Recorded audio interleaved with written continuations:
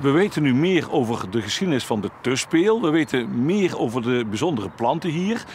De vraag is nu, hoe wordt het onderhouden? Jos, doet de tuspeel zichzelf? De omstandigheden zoals we die nu op dit moment hebben, dan zou de tuspeel het een heel eind op zichzelf kunnen doen. Alleen het wordt af en toe droger.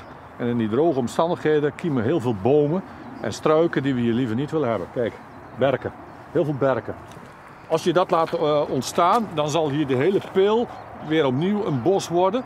En dan verdwijnen dus die planten die zo bijzonder zijn en zo uniek zijn voor de tuspeel.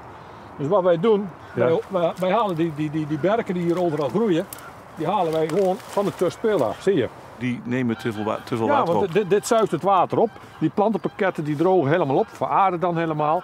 Kijk hoe die plantenrest hier, het veen, dus eigenlijk tussen die wortels zit. De berkenbomen. Probeer er maar eens een uit te trekken. Ja. Kom op, Robert. Ja, dit is buffelen. God, ja. Yay.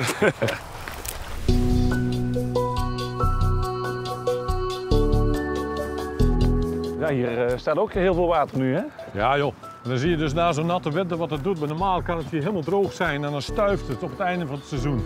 Als we de zomer gehad hebben.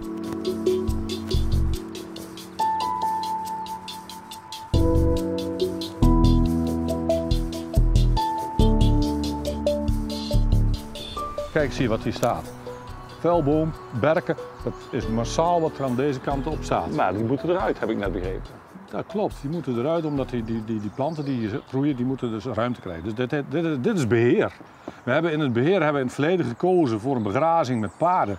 Dat is de reden waarom je hier ook die rassen ziet staan. Ja. Maar ik zag ook dat hier bevers actief zijn. Die kunnen we ook inschakelen, toch? Ja, bever die beheert in principe dus mee. Je ziet dat er op verschillende plekken bevers bezig zijn om die grote, die zwaardere bomen zeg maar af te knagen. Ja.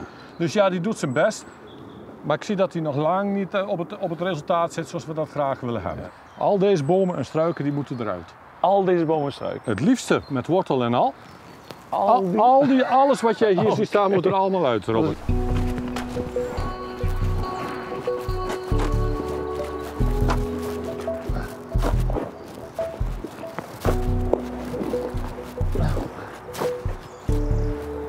Ja?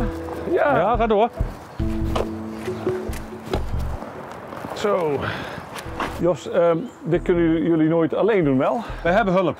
Jaarlijks hebben wij hulp van ruim 150 studenten van studentenvereniging Circumflex. En zij komen jaarlijks hier een dag of 3 wat werk doen. Ja, voor het hele gebied dan? Voor het hele gebied.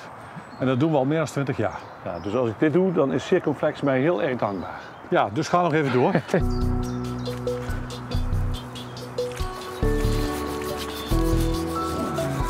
Zo. Keurig. Je bent aangenomen. Dank je wel.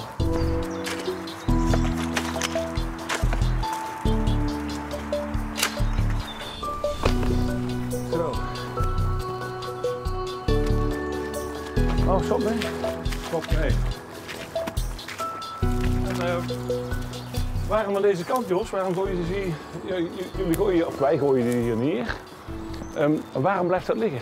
Nou, wij laten dat liggen. De belangrijkste reden is, we halen het van het veen af. Ja. Die planten die wij daar gezien hebben, die hebben ruimte nodig. Ja. En dat is de reden dat we hier een hele hoop hebben liggen. En dit is al jaren werk. Dit mag gewoon hier verder vercomposteren. Ja. Nou, dankjewel.